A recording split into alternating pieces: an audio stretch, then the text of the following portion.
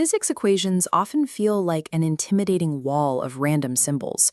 We are told to memorize these formulas like grammar rules without learning their actual meaning. But let's start with something real. Take a simple apple dropping from a branch. Watch what happens naturally. The apple starts slow, but visibly accelerates as it falls. To translate this, scientists just assign a simple letter to each real-world element. The distance covered becomes d, the time spent falling becomes t, and the invisible pull of the Earth, we call that g. Here's why this subject usually feels so difficult. When we push these shortcut letters together into a formal equation, the visual context of reality is stripped away, leaving only the abstract math. But if we map this exact equation back onto the falling apple, you see it's not an invented rule the apple has to follow.